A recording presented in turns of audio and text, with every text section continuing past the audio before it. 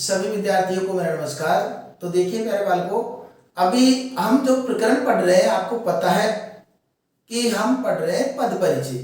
और पद परिचय के अंतर्गत जो भेद पढ़े हमने विकारी और अविकारी, इन सब की जो पूरी परिवार की संरचना थी उन सब का हमने अध्ययन कर लिया। इसके अलावा भी हमको पद परिचय के लिए कुछ बिंदुओं की और आवश्यकता पड़ती है। उनमें से जैसे कारक कारक की भी आवश्यकता पड़ती है। कारक का पता लगाना होता है।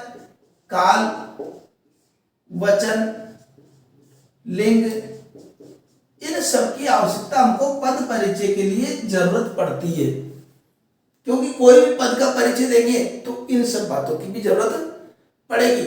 तो आज हम इस भाग में कारक, काल, वचन और लिंग, इनका पता किस प्रकार करना है वो सारी जानकारी आपको देने वाला हूं मैं। तो एक बात और है कि जो भी मैं पढ़ा रहा हूं आशा करता हूं आपके समझ में आ रहा होगा और आप व्यवस्थित रूप से इनको समझ करके अपनी नोटबुक में उतार ले ताकि आपको तैयारी भी हो सके। तो अब जैसे अब हमारा बिंदु प्रारंभ करते हैं सर्वप्रथम कारक। तो कारक होता क्या है?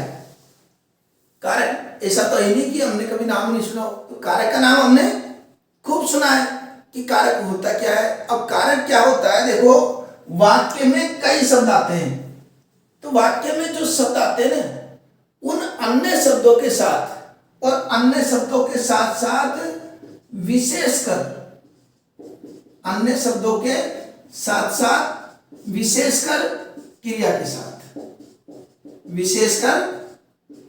के साथ ठीक ठीक संबंध दर्शाते हो उसे कारक कहते हैं। कि वाक्य में वे शब्द जो वाक्य में अन्य शब्दों के साथ, विशेषकर किसके साथ? क्रिया के साथ संबंध दर्शाते हो उसे कारक कहते हैं। ये तो हो गई कारक की परिभाषा की बात। अब कारक की परिभाषा के पश्चात कुछ शब्दावली आती है, विभक्ति और परसर्ग। ये भी हम कई बार सुनते हैं लेकिन कई बार हमारे समझ में नहीं आता कि विभक्ति होती क्या है। तो जैसे कारक चिन्ह, कारक के लिए जो कारक चिन्ह होते हैं ना, कारक चिन्ह, उनको हम विभक्ति बोलते हैं और विभक्ति को ही परसर्ग बोल देते हैं। कई बार हम देखो परसर्ग ने का प्रयोग, परसर्ग को का प्रयोग, तो वो परसर्ग ये विभक्ति होती है, कारक चिन्ह होते हैं। अब कारक होते कितने कुल, यहां पर आते हैं हम कि कारक कुल कितने होते हैं। तो कारक कुल जो होते हैं वह कुल कारक होते हैं 8। कितने होते हैं? 8। 8 में से जैसे 8 कारक है, 8 कारक, 8 कारक में कर्ता कारक, कर्म कारक, करण कारक, संप्रदान कारक, अपादान कारक, संबंध कारक और अधिकरण कारक। अधिकरण के बाद में अंतिम आता है संबोधन कारक। संबोधन कारक कुल कितने हो गए? 8। कुल 8 कारक हो गए। अब इसके पश्चात आप चिन्ह भी हम देख लेते हैं कि चिन्ह क्या होते हैं। तो कर्ता का चिन्ह क्या होता है? ने। कर्ता ने आपने खूब देखा होगा। कर्म को ऐसे याद करे होंगे आपने खूब। करण से, तो से के बाद में के द्वारा भी आ जाता है, के द्वारा भी आ जाता है। और संप्रदान में के लिए चिन्ह आता है, के लिए। अपादान में क्या आता है? से चिन्ह आता है, लेकिन ये क्या है? अलग होने के अर्थ में आता है, अलग होने के अर्थ में आता है। जैसे कोई किससे अलग हो रहा हो, जैसे देश निकाला तो देश से निकाल दिया, देश से अलग हो गया, इस तरीके का शब्द आता है। संबंध में आते हैं आपके का, के, की, रा, रे, री, इस तरह के जो शब्द आते हैं वो संबंध कारक में आते हैं।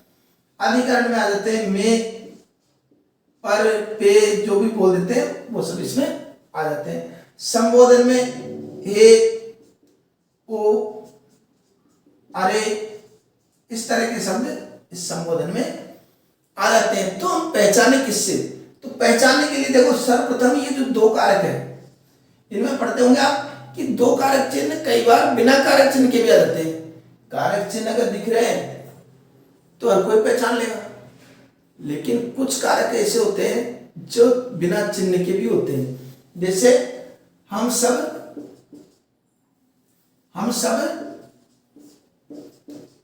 बाजार जाते हैं, बाजार जाते हैं। तो बाजार जाते हैं में हम सब कर्ता हो गया, लेकिन ने चिन्ह नहीं है। बाजार जाते हैं कर्म हो गया बाजार, लेकिन को चिन्ह नहीं है। और जाते हैं ये क्रिया है। तो यहां पर ये शब्द इस प्रकार हमको ध्यान रखना है, वाक्य में जो कार्य कर रहा है, कर्ता कार्य की बात करें तो वाक्य में जो कार्य करता है, जैसे जाने का काम कौन कर रहा है? हम सब। जाने का काम कौन कर रहा है? हम सब। मैं पढ़ता हूं तो पढ़ने का काम कौन कर रहा है? पढ़ता हूं तो पढ़ने का काम कौन कर रहा है? मैं। तो ये करता हो गया। अगर मान लो कि हम सुबह उठते हैं, सुबह उठते हैं। अब यहां पर सुबह उठते हैं तो उठने का काम कौन कर रहा है? हम। ये करता हो गया। तो इस तरह वाक्य में जो कार्य करे उसको कर्ता कहते हैं। वाक्य में जो कार्य करता है उसको हम कर्ता कहते हैं। ये उदाहरण इसके हो जाते हैं। ऐसे अब चलते हैं कर्म कारक पर। कर्म कारक मतलब को, तो जिसको आधार मान करके कोई क्रिया की जाए, जैसे को चिन्ह होता है इसका। जैसे राम ने रावण को मारा। अब आपने देखा होगा कर्ता का ने चिन्ह भी आ गया, अर्थात इस तरह की जो भूतकालिक क्रिया होती है इसमें जरूर परसर्ग ने का प्रयोग कर देते हैं। और को का चिन्ह भी आ रहा है। तो किसको मारा, किसको का उत्तर कौन दे रहा है? रावण को। तो किसको का उत्तर मिल रहा है यहां पर। इसके अलावा कई बार क्या का उत्तर भी मिल जाता है।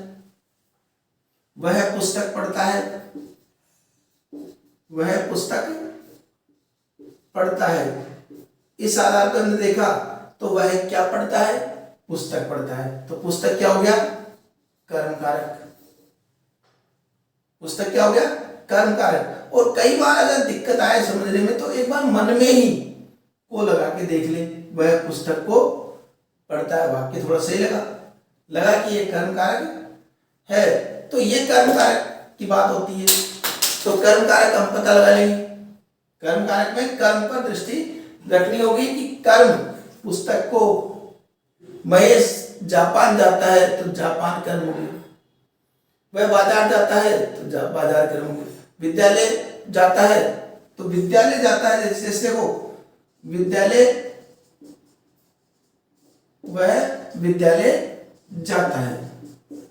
अब इसमें अगर विद्यालय में जाता है तो कर्म कारक नहीं है, फिर तो कारक चिन्ह आ गया, अधिकरण हो गया। फिर तो विद्यालय में जाता है तो अधिकरण हो गया। विद्यालय से आता है तो भी कर्म कारक नहीं है। तो यहां पर इस तरीके से हमको ध्यान रखना है कर्म कारक। अब जिसके द्वारा कोई क्रिया की जाए, अगला है कर्ण कारक। कर्ण कारक का मतलब हो गया जिसके द्वारा कोई क्रिया की जाए। किसके द्वारा? जैसे वह कलम से लिखता है, कलम से लिखता है, वह कलम से लिखता है। तो ये कलम से किससे लिख रहा है, किसके द्वारा क्रिया कर रहा है? तो वह यहां पर कर्ण कारक होता है, इसे कलम से लिखता है। राम से कहता है, तुम राम से कहते हो, तो किससे कहते हैं? राम से, कर्ण कारक। वह हाथ से मेहनत करता है, तो किसके द्वारा मेहनत करता है? हाथ के द्वारा, हाथ से मेहनत करता है। कई बार क्या होता है कि कोई अंग विकार, आपने संस्कृत में पढ़े होंगे अंग विकार, अंग विकार वाली स्थिति आ जाती है। अंग विकार वाली स्थिति में क्या होता है कि कई बार अंग विकार हो गए, जैसे जन्मांध, जन्मांध, तो जन्मांध का मतलब जन्म से अंधा, जन्म से अंधा, तो यहां पर भी कर्ण कारक ही होगा। जन्म से अंधा और पैरों से लंगड़ा, इस तरह के शब्द आगे, वह पैरों से लंगड़ा है, पैरों से लंगड़ा है, तो ये लंगड़ा, लूला, अपाई जो भी शब्द आते हैं विकार के, आंखों से अंधा, इस तरह के शब्द भी कर्ण कारक में ही हम रखने वाले हैं। तो कर्ण कारक के इस प्रकार समझ जाएंगे, जिसके द्वारा कोई क्रिया की जाए, एक तो बात ये, और एक हो गया कोई अंग विकार आ जाए। ठीक है, अब चलते हैं संप्रदान कारक पर। संप्रदान कारक की पहचान हमको किस प्रकार करनी है, तो इसमें ध्यान रखना है जिसके लिए कोई क्रिया की जाए, जिसके लिए कोई क्रिया की जाए, तो जिसके लिए का मतलब जैसे वह राम के लिए पुस्तक लाता है, राम के लिए पुस्तक लाता है, तो के लिए चिन्ह आ गया, किसके लिए ला रहा है पुस्तक, राम के लिए। वह पढ़ने के लिए विद्यालय जाता है, तो के लिए चिन्ह हो गया। वह याद करने के लिए या फिर वहां पर लड़ने के लिए, पुस्तक लेने के लिए, इस तरह के लिए, पुस्तक के लिए उसके घर जाता है, तो के लिए, जिसके लिए कोई क्रिया की जाए, वहां पर कौन सी कारक होगा, जिसके लिए कोई क्रिया की जाए, तो संप्रदान कारक हम उसको मानेंगे। ठीक है, अब कहीं पर अलग होने का भाव प्रकट हो, अलग होने का भाव प्रकट हो, तो वहां पर क्या होगा, जैसे पेड़ से पत्ता गिरता है, पेड़ से पत्ता गिरता है।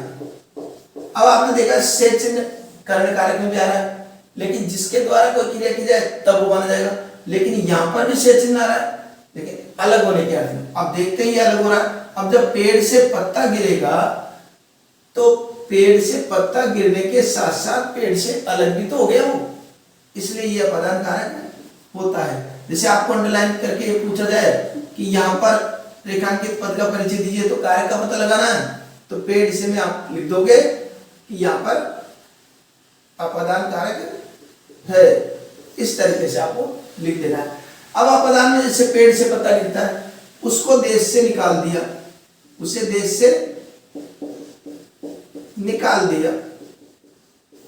अब देश से निकाल दिया, इसका मतलब देश से अलग कर दिया उसको, देश से अलग कर दिया उसको, तो ये भी अपदान हो गया। जहां पर अलग कर दिया जाए, पद से मुक्त कर दिया, पद से मुक्त कर दिया, पद से मुक्त करने का मतलब पद से, जिस पद पे था उस पद से उसको अलग कर दिया, तो अपदान कारक। ठीक है, जहां पर आपको लगे कि अलग हो रहा है, तो वह अलग होने के भाव में आपको अपदान कारक लिख देना है। अब काके की चिन्ह किसमें आता है, संबंध कारक में, तो अब संबंध कारक भी देख लेते हैं हम। संबंध कारक में क्या करना रहता है, चिन्ह क्या रहता है, काके की, विभक्ति चिन्ह क्या है इसके, काके की। अब काके की का मतलब राम का भाई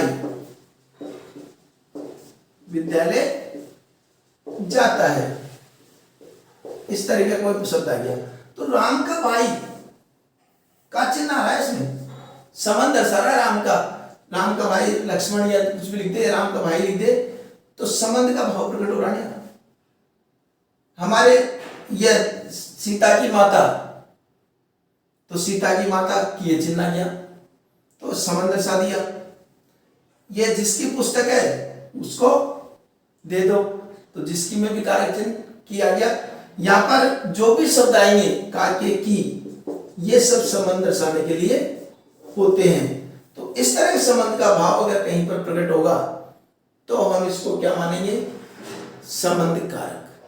ठीक है, अब अधिकरण में क्या होता है, अधिकरण का मतलब में और पर चिन्ह आएगा, जिसपे आधार का इसमें वो रहता है कि जिसमें आधार पर कोई क्रिया की जाए, जैसे वह वन में रहता है,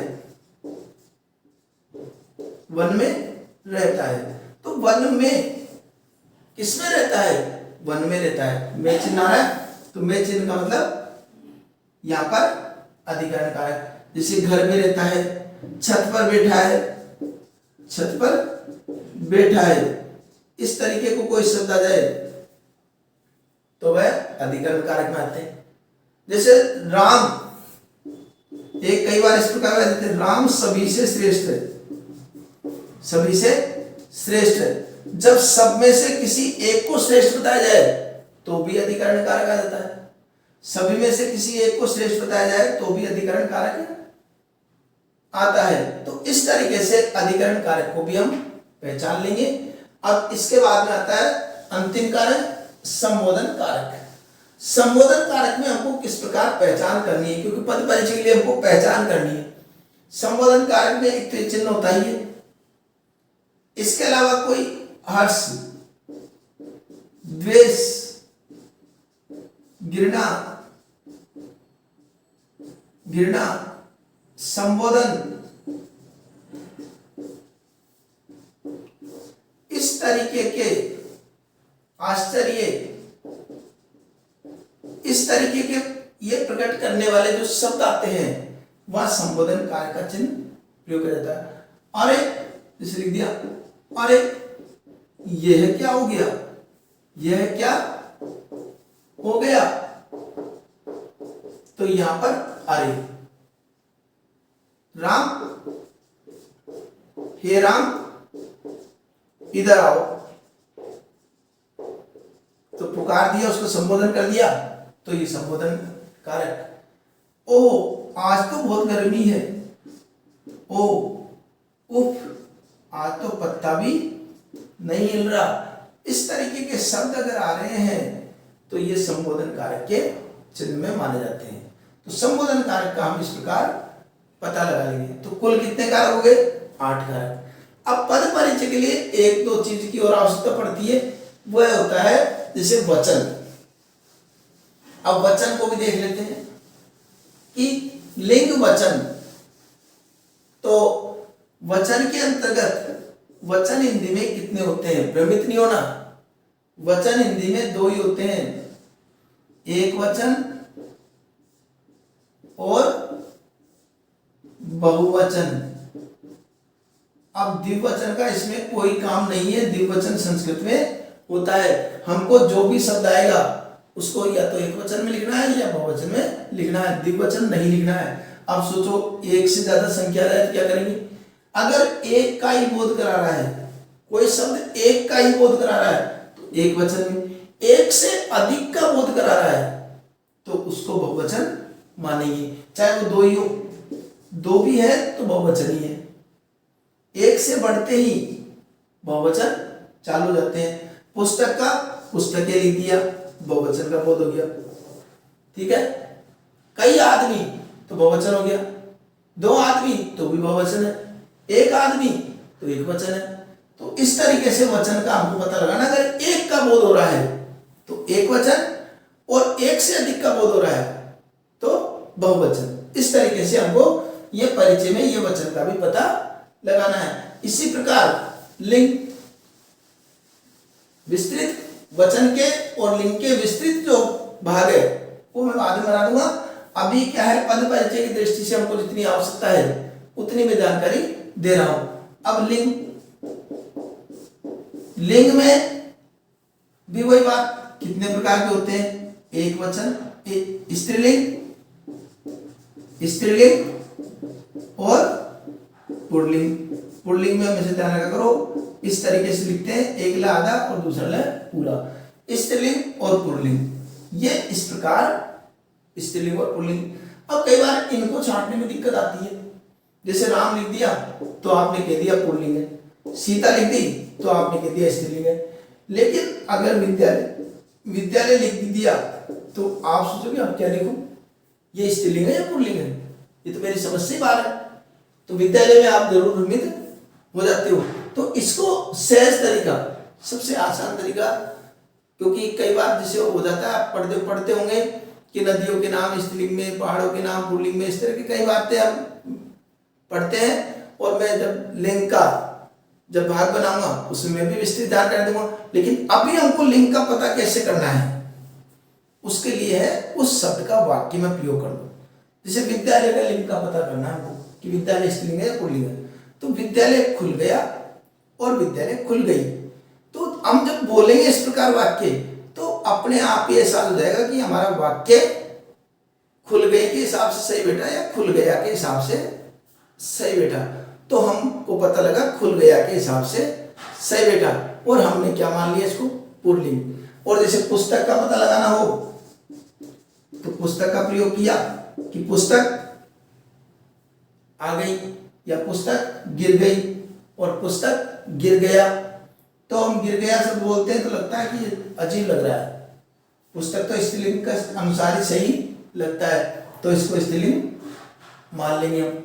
ठीक है, ये पुस्तक के हिसाब से। तो इस प्रकार कई बार वाक्य में प्रयोग करके भी हम स्त्रीलिंग और पुल्लिंग का पता लगा सकते हैं, क्योंकि स्त्री जाति का बोध कराने वाले शब्द क्या कहलाते हैं, स्त्रीलिंग शब्द कहलाते हैं। पुरुष जाति का बोध कराने वाले शब्द पुल्लिंग में आते हैं। तो ये लिंग की बात हो गई। अब आती है एक अंतिम काल की बात कि काल का पता कैसे चलाए। तो काल में देखिए, काल के अंतर्गत इसके कितने वेद होते हैं, इसके वेद होते हैं 3, भूतकाल,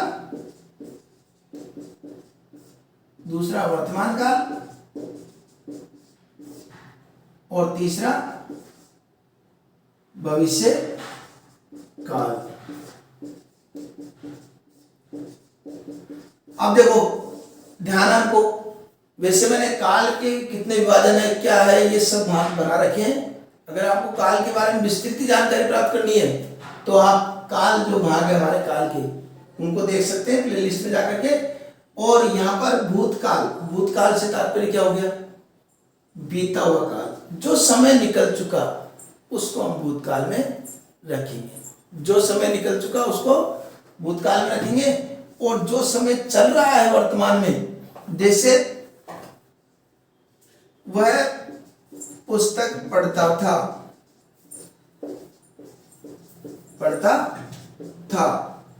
ये क्या है, भूतकाल। वह पुस्तक पढ़ता है,